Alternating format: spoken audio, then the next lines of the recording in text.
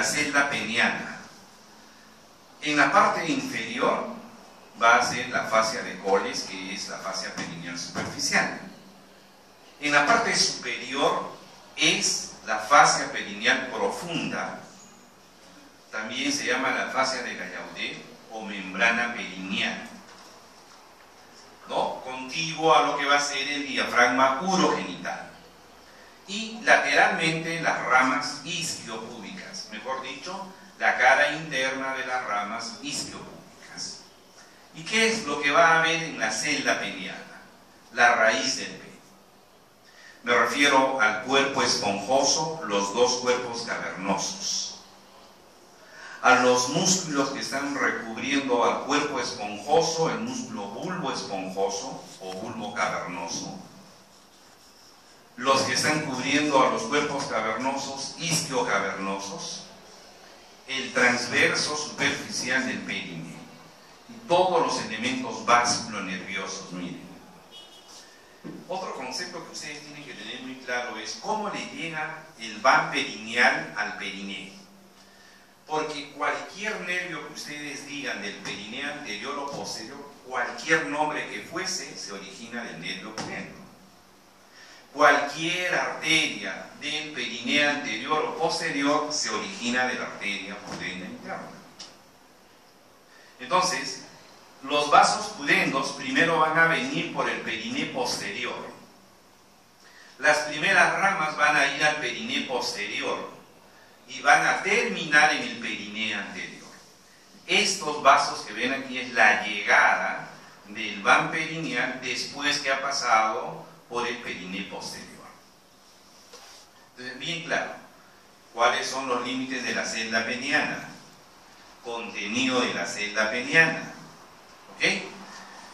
Y entonces, en los cuerpos cavernosos, ubicados lateralmente, insertados en la parte interna de las ramas isquiopúbicas, a nivel del punto medio, se van a dirigir hacia la parte anterior y a nivel del ángulo subpúbico, los dos cuerpos cavernosos se van a juntar, se unen.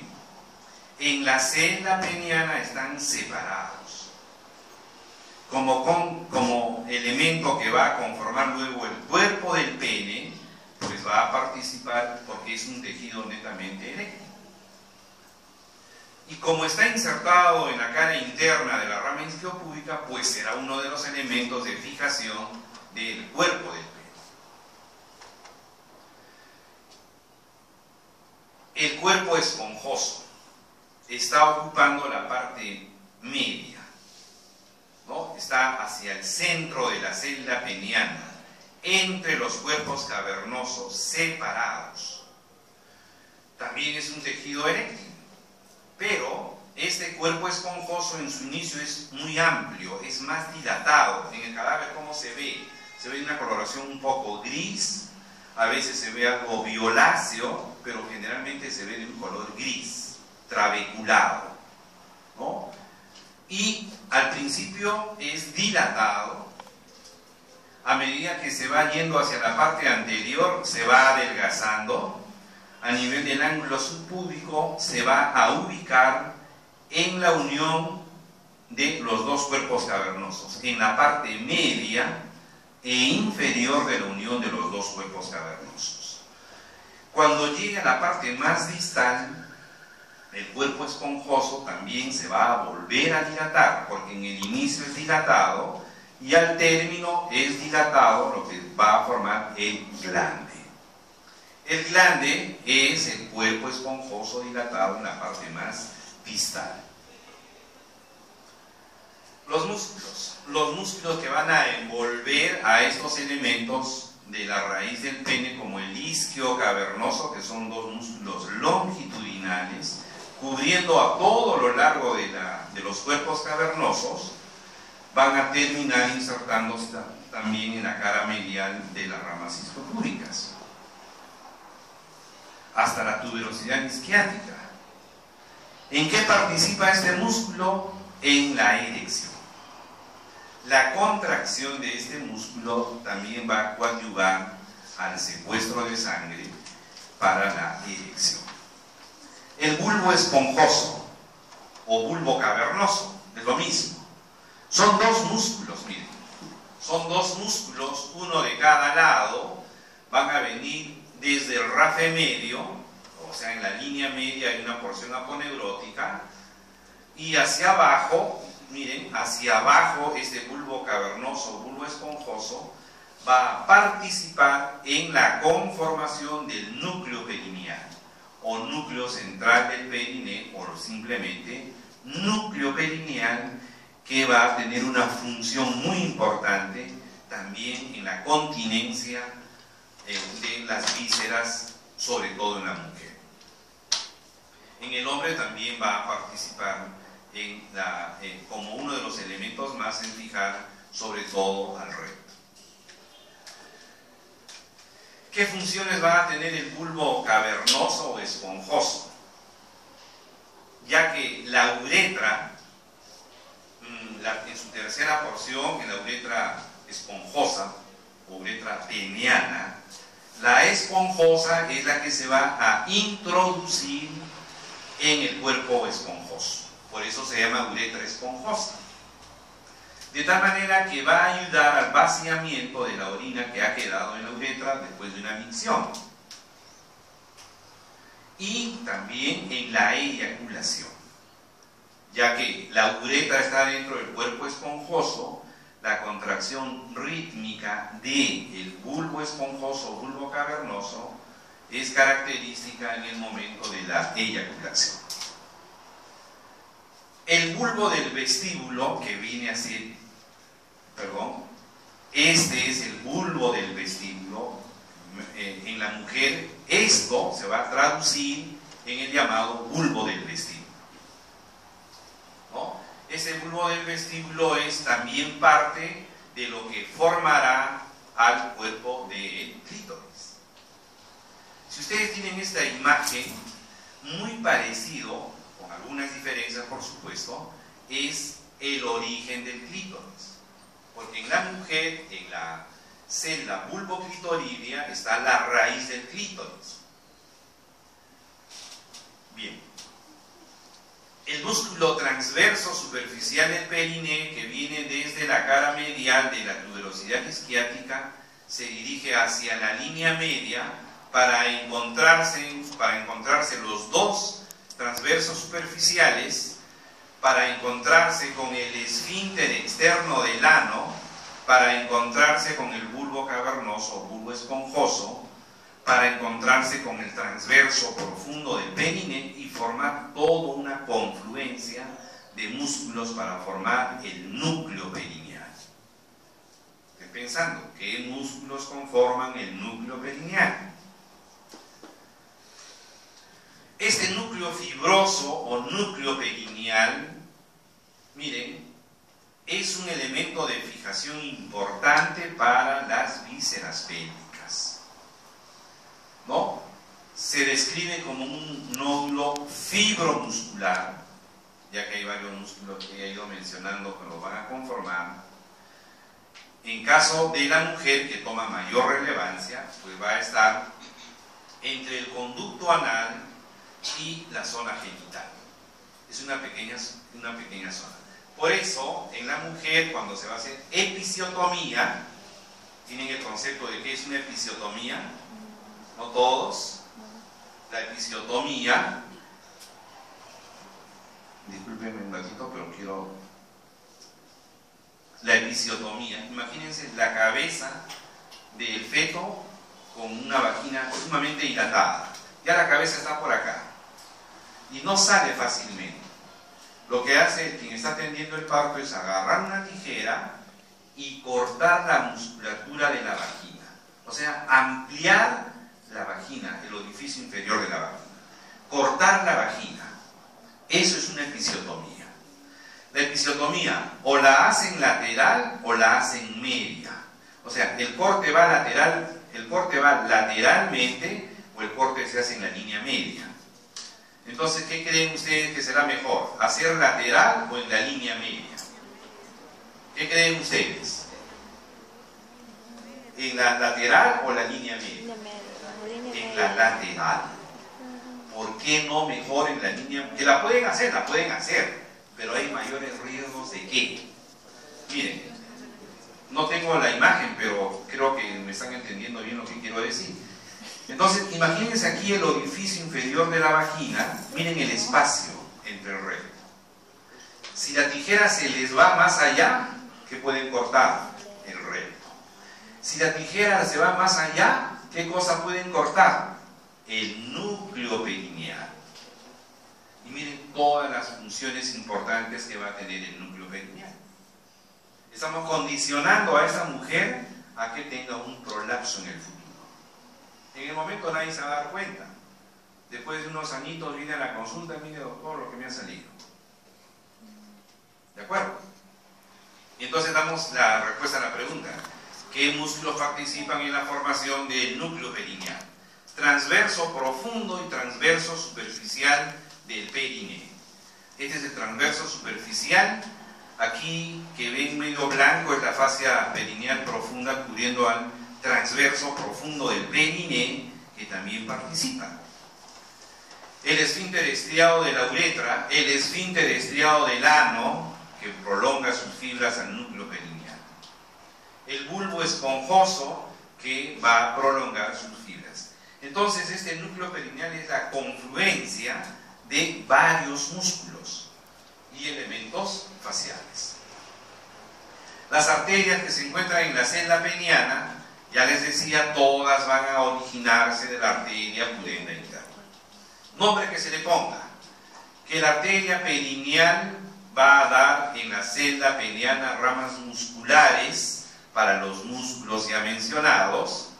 Van a dar ramas que van a ir a la cara posterior del escroto, mírenlas acá, arterias escrotales posteriores, arteria bulbouretral para el cuerpo cavernoso, para el cuerpo esponjoso, etc. Y desde esta celda peniana, estos mismos vasos se van a dirigir, van a perforar esta fascia perineal profunda y van a aparecer por el dorso del pene. Como arteria dorsal del pene, en la mujer la arteria dorsal del clítoris, que van a ser las ramas terminales de la arteria pudenda interna. Volvemos con lo mismo. El nervio pudendo es el nervio del perineo anterior, posterior, desde el punto de vista motor y desde el punto de vista sensitivo. O sea, cualquier músculo del perineo es inervado por el nervio pudendo. Por eso antes decían ramas motoras para el bulbo cavernoso, para el isquio cavernoso, para el transverso superficial, para el transverso profundo, para el elevador del ano. Este es el nervio del perineo anterior y perineo posterior. Porque es más, va a inervar al esfínter externo del ano a través del nervio rectal inferior, que es rama del nervio pudendo. Ese nervio pudendo que viene del plexo sacro, ese 2, 3 y 4 es el origen radicular, que va a salir por el agujero ciático mayor, vuelve a entrar por el agujero ciático menor, primero al perineo posterior. Las primeras ramas motoras y sensitivas son para el perineo posterior. Miren, y después van al perineo anterior. Y del perineo anterior saldrá pues la última rama, que es el nervio dorsal del pene o dorsal del clítoris. Este es el nervio sensitivo para los genitales. Entonces, la llegada del nervio pudendo hacia el perineo posterior, primero dando el nervio rectal inferior, se prolongan al perineo anterior, o sea que la inervación sensitiva de la piel del perineo anterior por los nervios perineales superficiales a la piel, al escroto, la cara posterior o la porción posterior del escroto, también sensitivamente es inervado por las ramas cutáneas del nervio pudendo.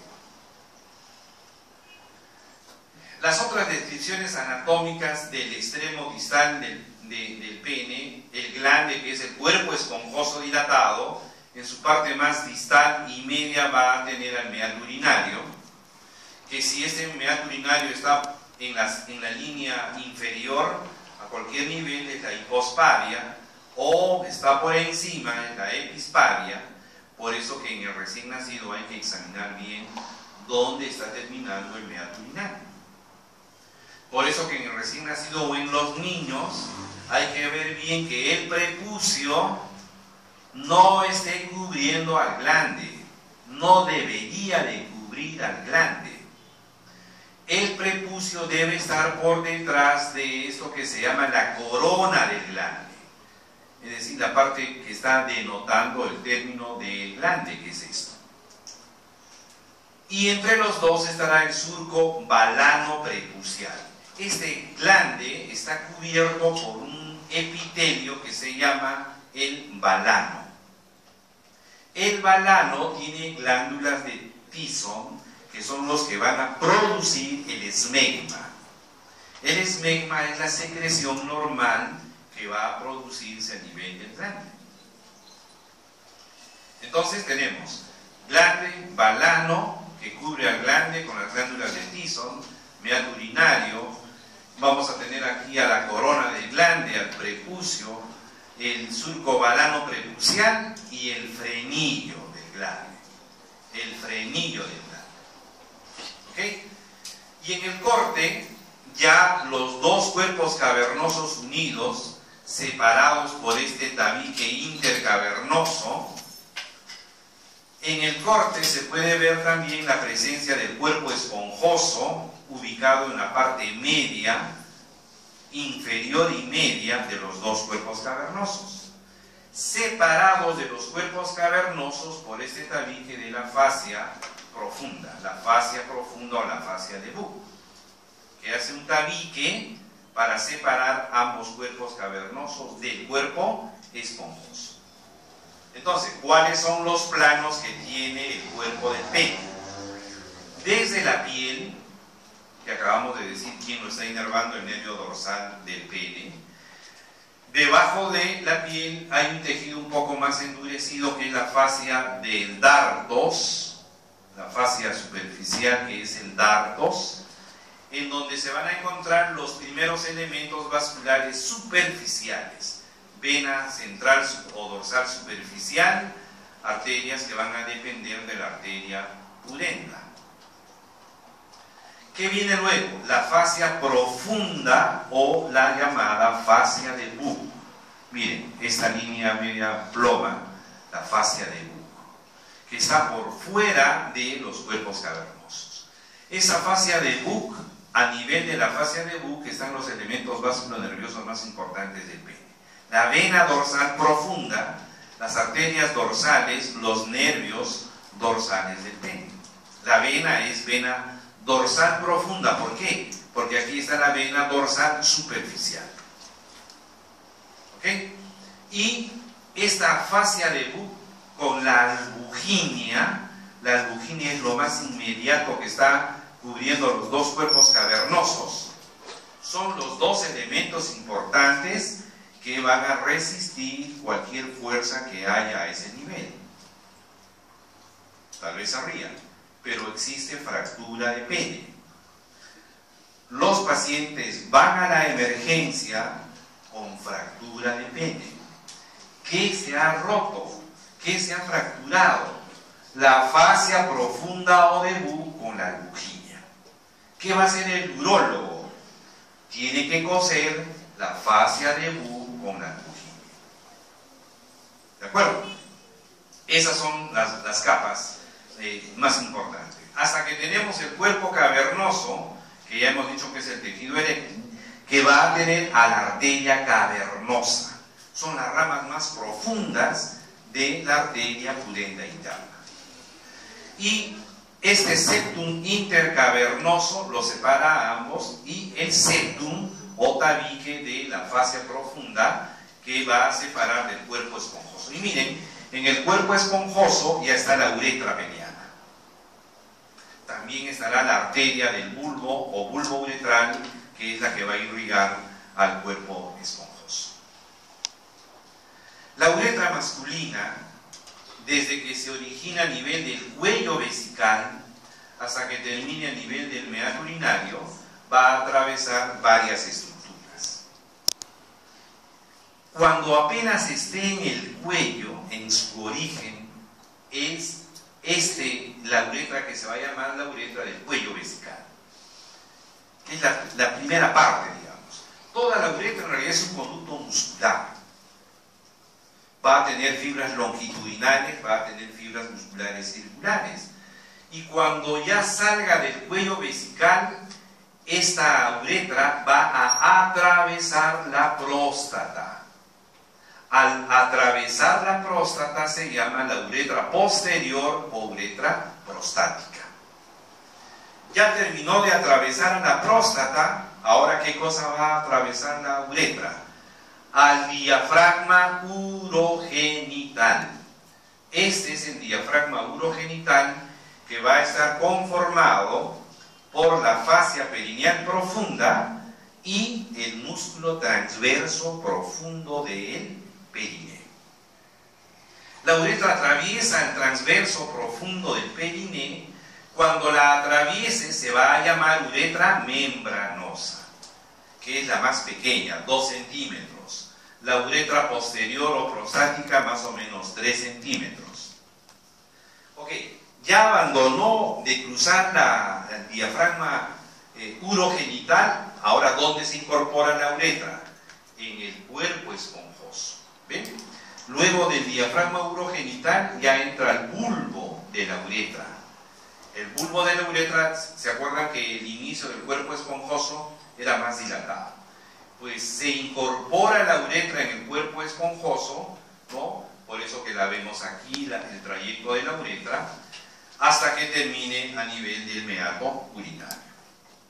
En este trayecto, la uretra va a tener 4 estrecheces y 3 dilataciones.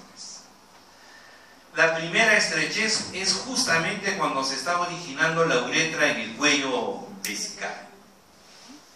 La segunda estrechez es cuando está atravesando al diafragma urogenital, o sea, al músculo transverso profundo del perineo.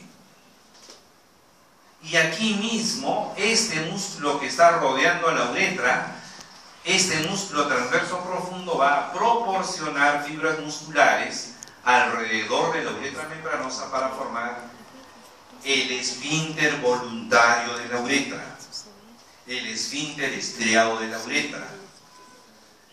Y miren, en la parte distal está esta dilatación que es la glandelaro-navicular, pues previamente está la estrechez prenavicular y el propio meato urinario es una cuarta estrechez. Y entre las estrecheces están las dilataciones, o sea, la uretra prostática es dilatada, la porción dilatada. La uretra peniana o esponjosa es dilatada, hasta esto que es esta dilatación navicular antes del meato urinario. ¿Cuáles son las glándulas anexas a la próstata, a la uretra? ¿Qué glándulas van a drenar en la uretra? Pues a nivel de la uretra prostática, 2 glándulas. La próstata y la vesícula seminal a través del conducto eyaculador. Miren que a nivel de la uretra membranosa, ojo con lo que digo, se encuentran presentes las glándulas bulbouretrales o las glándulas de Cooper. Están ahí, frente o a los lados de la uretra membranosa. Pero el conducto no drena en uretra membranosa. Tiene un trayecto largo para terminar en la uretra peniana. Estos son los 2 orificios de la desembocadura de las glándulas de Cooper. Y las glándulas uretrales que están a lo largo de la uretra.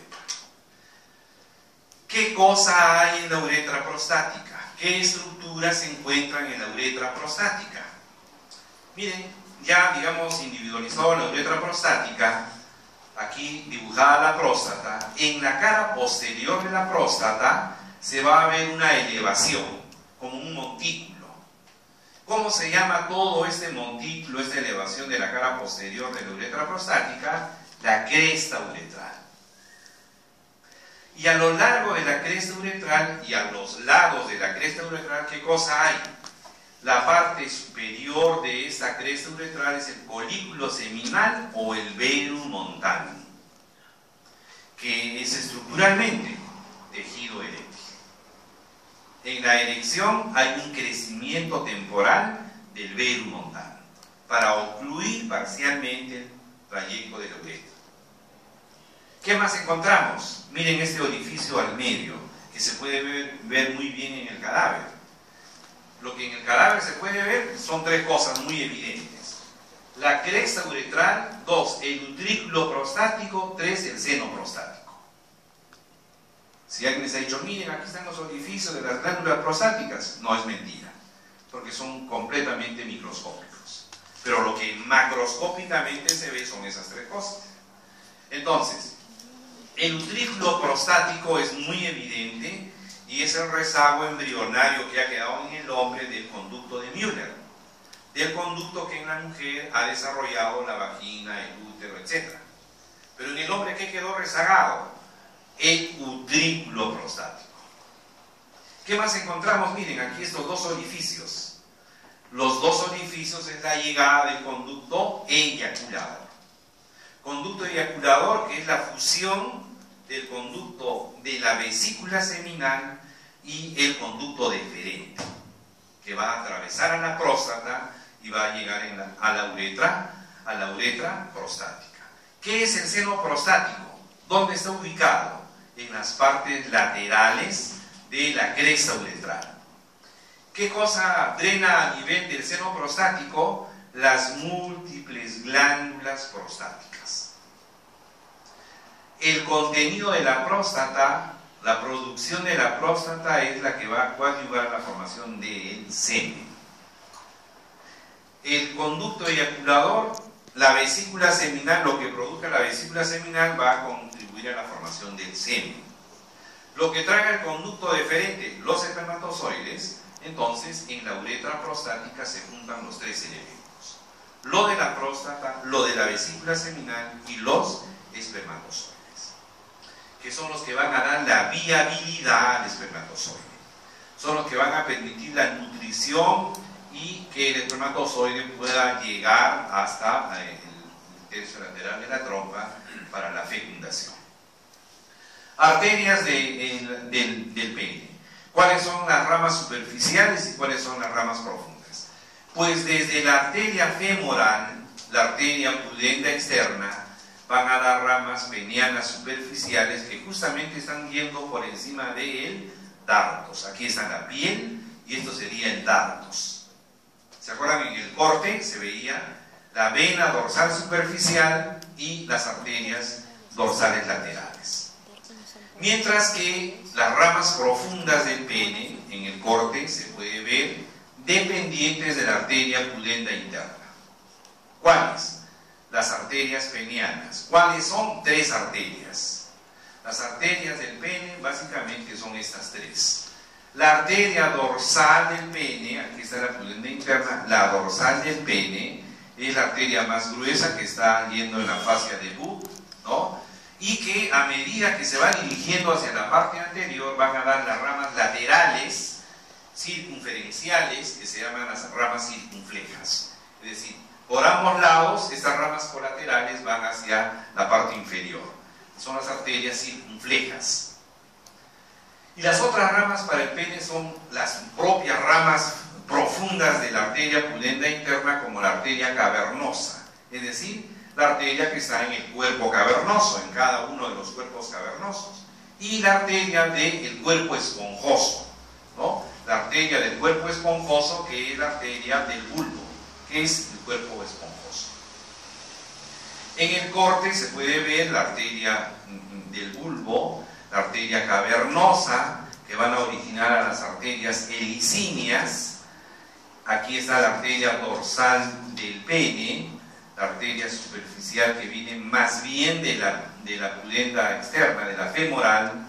Esta es de la arteria pudenda interna.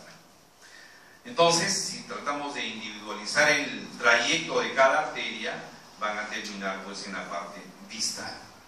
¿Cómo es el drenaje venoso? Igual, drenaje venoso superficial, intermedio y profundo. El superficial, estas dos venas laterales superficiales, dorsal superficial, terminarán en la vena pudenda externa. Recordarán que la vena pudenda externa es parte de la estrella venosa de Scarpa, terminando a nivel de la vena femoral o del callado de la safena.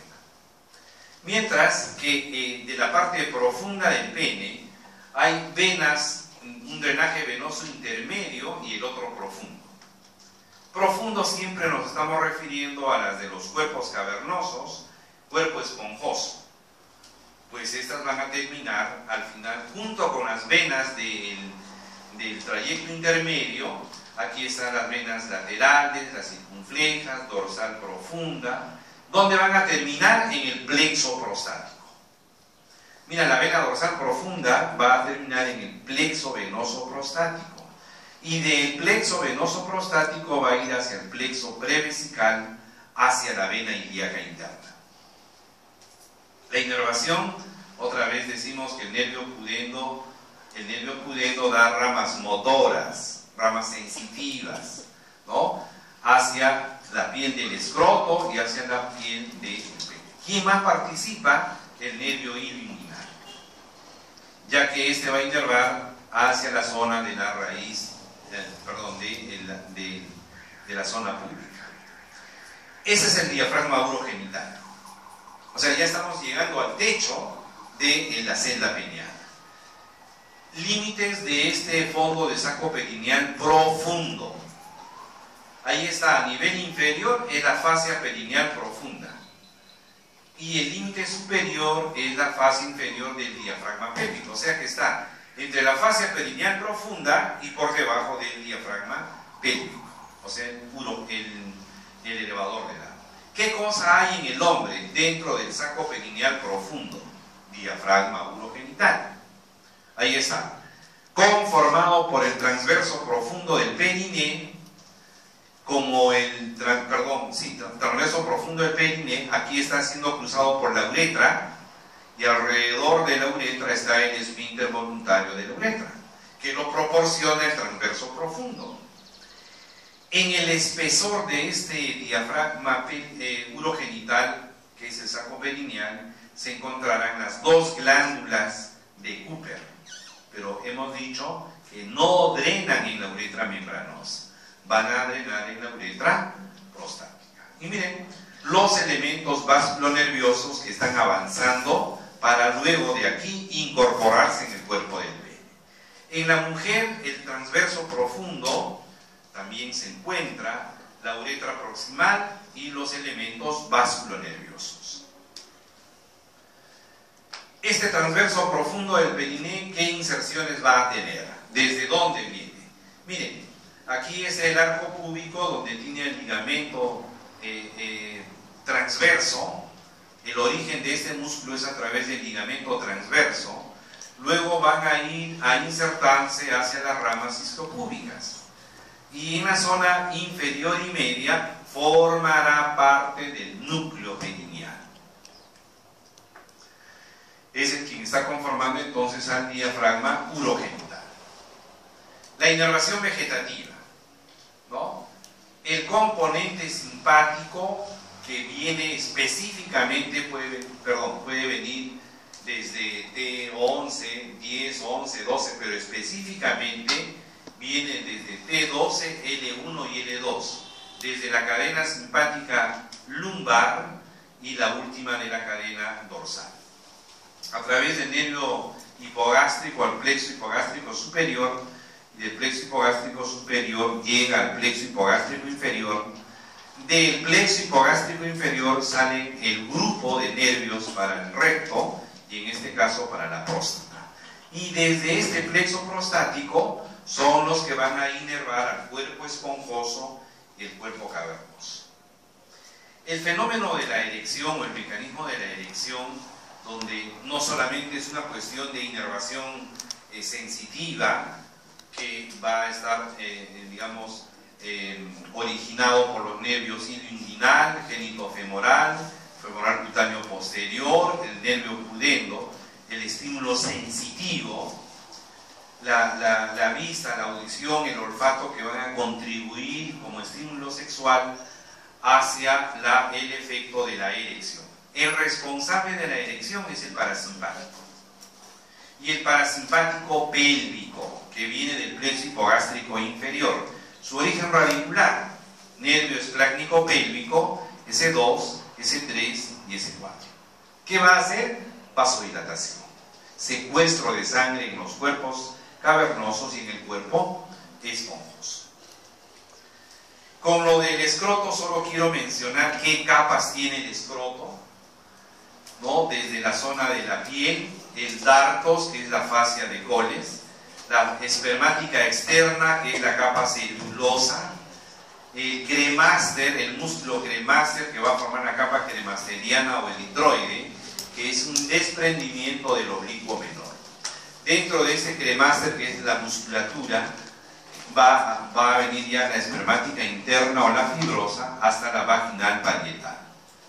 Hasta la vaginal parietal es parte del escroto. La irrigación del escroto, sobre todo, miren las arterias escrotales posteriores que vienen de las ramas perineales, escrotales anteriores de la pudenda externa y la cremasteriana o funicular que viene de la epigástrica inferior. Por lo tanto, el drenaje venoso del escroto va a ir hacia la vena pudenda externa, ¿no? Va a ir a través también del plexo pampiniforme en el conducto inguinal. Los nervios escrotales, miren qué nervios va a tener el escroto. Escrotales anteriores, el lineo inguinal en la parte superior y anterior, genitocrural también, femoral cutáneo posterior, llega a inervar la cara posterior, y los nervios escrotales posteriores desde el perineo anterior. Las características del testículo, que van a estar en cada bolsa escrotal cubierto por estas capas del escroto, una cara medial y una cara lateral. A nivel del polo superior, la presencia de la cabeza del epidídimo. A nivel del borde posterior y polo inferior, la presencia de la cola del epidídimo, para ya dar origen al conducto deferente.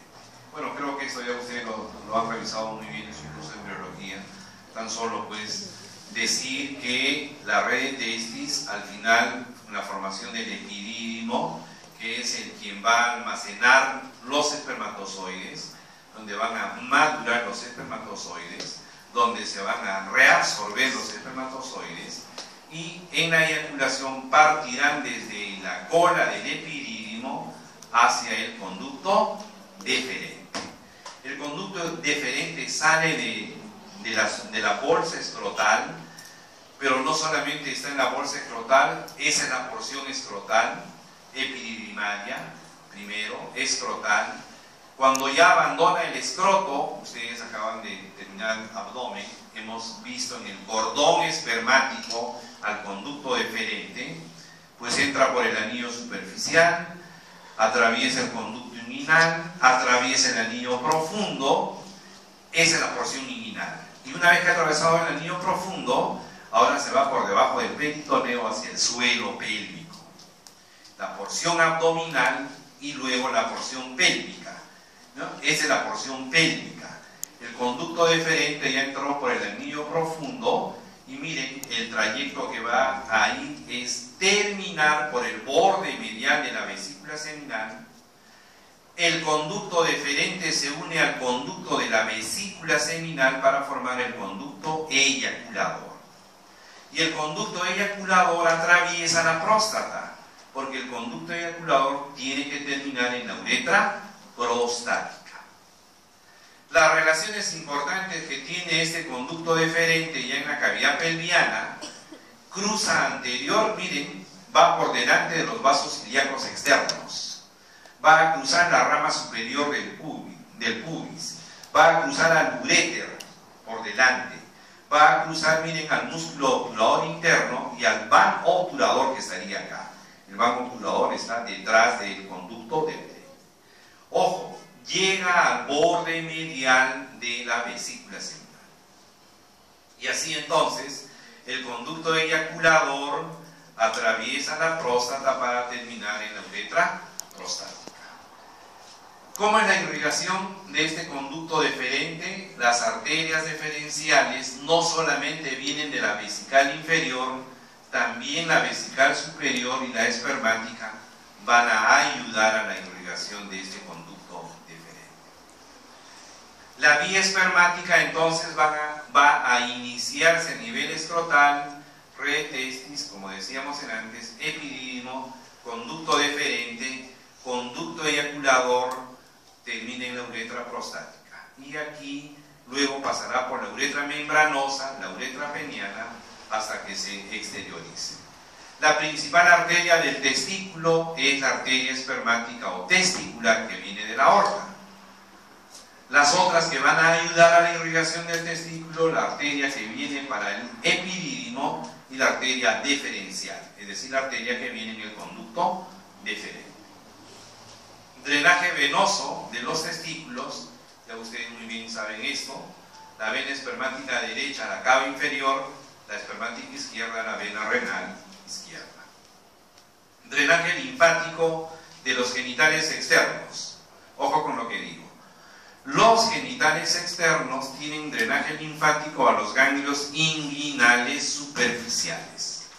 Cualquier infección venérea, un linfogranuloma venéreo, una neoplasia del pene, puede hacer metástasis a los ganglios inguinales superficiales, a la inversa.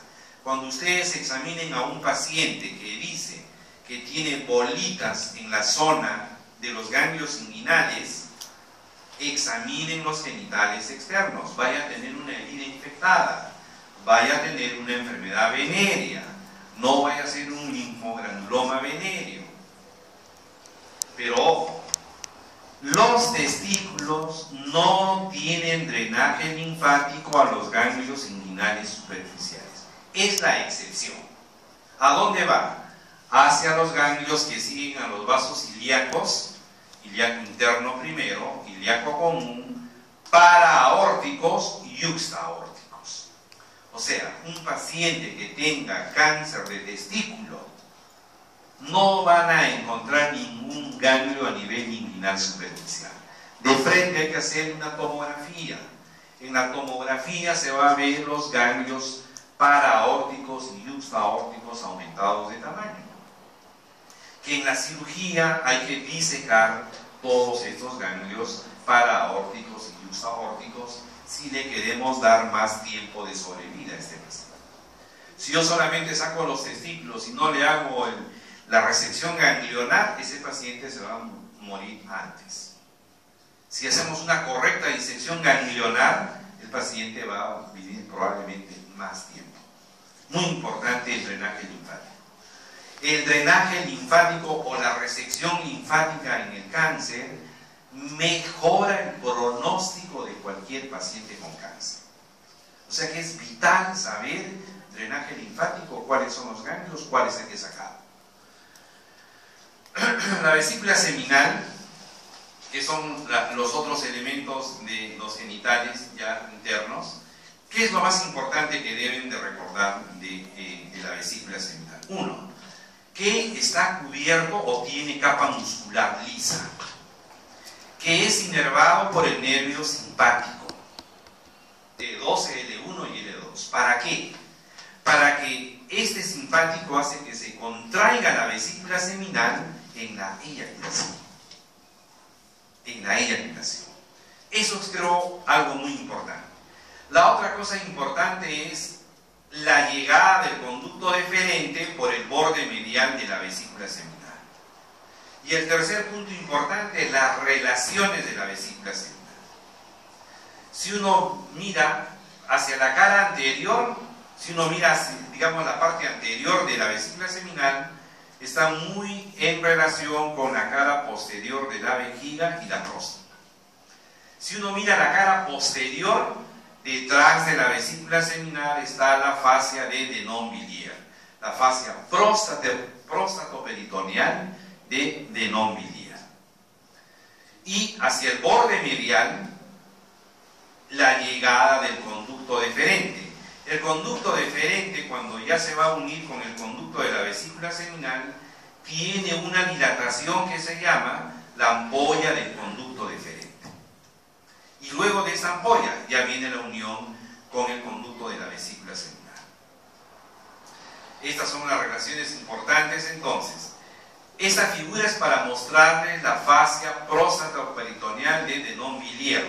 ¿Entre qué estructuras está? Delante del recto, detrás de la vejiga y la próstata. En otras palabras, la fascia de Denon-Villiers separa vejiga-próstata del recto. Es como un tabique facial que va a separar a ambas estructuras. Imagínense un paciente con cáncer de próstata, donde la próstata crece y crece y crece. ¿Qué va a obstruir? El recto. Uno le hace un tacto rectal a ese paciente y encuentra todo invadido de un tumor.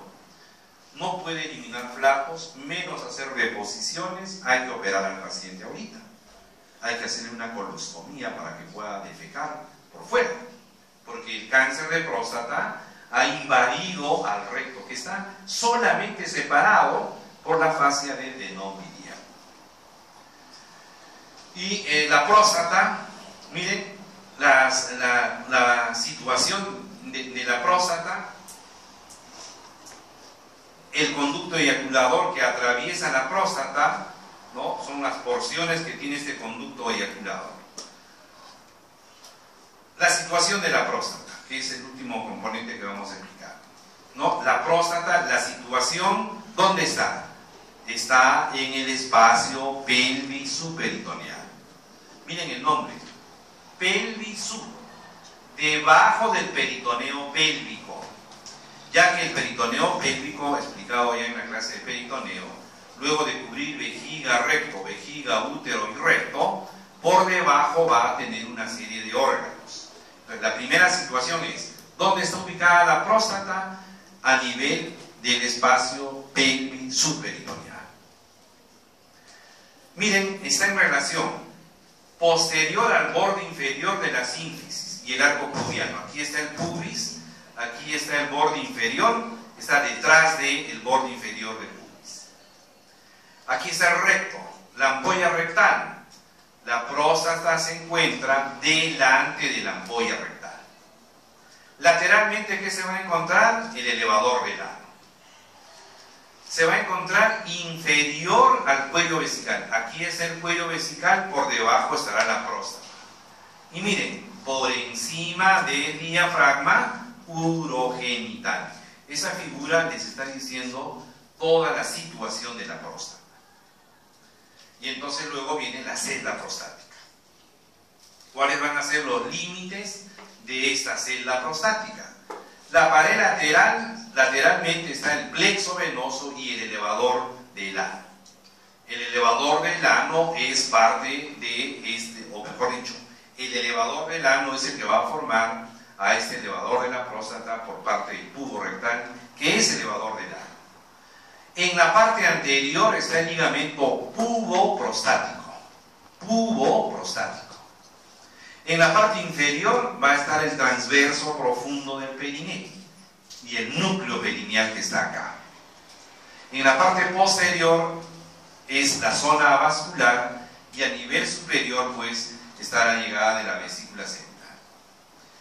Las características generales de la próstata, miren, aquí va a tener una cápsula quirúrgica que es la cápsula falsa, que es parte de la fascia endopélvica.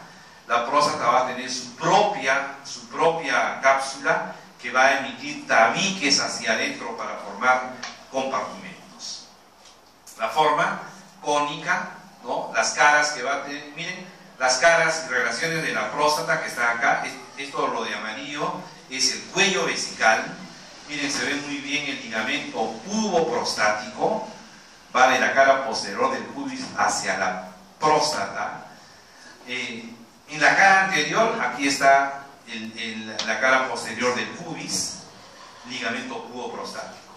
Lateralmente va a estar el elevador del ano. Aquí está, elevador del ano y la fascia endopélvica. Vamos a ver las caras de la próstata mejor, o los lóbulos. Miren, lóbulo anterior o istmo de la próstata. ¿Dónde está ubicado? Está por delante de la uretra prostática.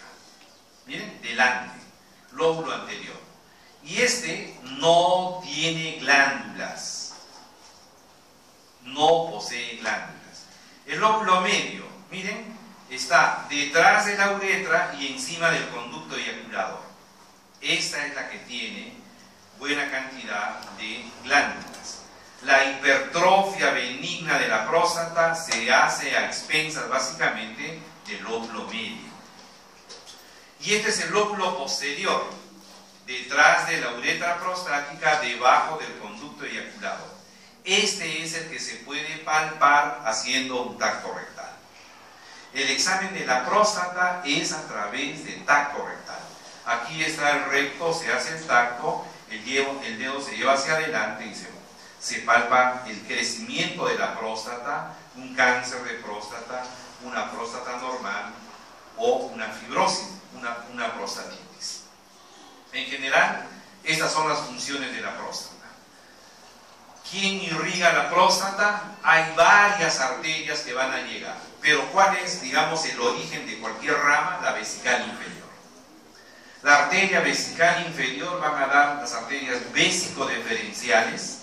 Vésico porque van a irrigar a la vejiga, al conducto deferente. Vésico-deferencial para el conducto deferente y la vejiga. ¿No? Arterias ureterales para la llegada del uréter. Próstato-vesicales, ahí están. Ojo, ¿cuáles son las ramas arteriales que van a la próstata? Las más periféricas son las capsulares. La que se encuentra profundamente para irrigar a la uretra prostática, las ramas uretrales. Las que van a irrigar al conducto eyaculador y las que van a terminar en el vértice, antes de tomar contacto con el diafragma urogenital. Drenaje venoso, todos van a terminar en la vena ilíaca interna, desde plexo prostático. Alrededor de la próstata, el plexo prostático. Inervación vegetativa desde el plexo hipogástrico inferior. Recordemos que el plexo hipogástrico inferior, el componente parasimpático viene del esplácnico pélvico, S2, S3 y S4. El componente simpático viene de T2, L1 y N2. Ya hemos dicho, el simpático, ¿dónde participa? Contracción de la vesícula seminal, contracción de la próstata en la eyaculación. Señorita, ¿me escucha por favor? Luego, esa es la función del componente simpático. ¿El componente parasimpático qué función tiene, señorita? Ni idea. ¿No? El componente parasimpático es para la erección. ¿Por qué? Hace vasodilatación. ¿Ok? El tacto rectal es muy importante, no solamente para detectar hemorroides, no solamente para detectar cáncer de recto, es para detectar los problemas que puede tener la próstata. Por no hacer un tacto rectal se les puede ir el diagnóstico de cáncer de próstata. Ojo, solo algunas comparaciones o analogías del desarrollo genital externo hombre-mujer. El bulbo de la uretra en el hombre equivale al bulbo de la vagina. Las glándulas de Cooper son comparables con las glándulas parauretrales de Skene en la mujer. La arteria dorsal del pene, dorsal del clítoris. El glande del pene es el glande del clítoris. El escroto equivale a los labios mayores. El prepucio al capuchón del clítoris. Cuerpo del pene, cuerpo del clítoris. Rafe pene escrotal en relación con los labios menores, ¿no? Y el utrículo prostático es lo que ha desarrollado en la mujer el conducto de Müller, los genitales internos, ¿no? Que es la comparación de cada una de las estructuras. Con el periné posterior, los límites del periné posterior, la línea que va de tuberosidad isquiática a tuberosidad isquiática, los ligamentos sacrotuberosos hasta el coxis, que se encuentra el conducto anal y la fosa isquiorrectal. Vamos a describir eso. Miren el conducto anal. Para explicar bien el conducto anal, que más o menos mide entre 3 a 4 centímetros, miren, yo les decía de que al atravesar el diafragma pélvico va a estar cruzado por el músculo puborectal, ¿no? Haciendo un ángulo de 90 grados, el ángulo anorrectal. ¿Qué se encuentra en general? Las columnas anales, las válvulas anales, que son lo que une ambas columnas anales, las criptas anales, que son los espacios entre columna anal y columna anal. ¿Y qué cosa es la línea dentada o la línea pectínea? Miren, aquí está. La línea dentada o la línea pectínea se traza por la secuencia de lo que van a ser las válvulas anales. Estas son las válvulas anales. Esa es la línea dentada. La línea dentada es la que va a permitir división del ano en dos. Por encima de la línea dentada, el ano es superior. Por debajo de la línea dentada, el ano es inferior. Embriológicamente muy diferentes. Por encima de la línea dentada es intestino posterior. Por debajo de la línea dentada es ectodermo. La línea dentada es la transición de epitelio de lo que es cilíndrico a escamoso. Y completamente diferente será la inervación, irrigación, drenaje venoso y linfático del conducto anal por encima de la línea dentada. Como completamente diferente será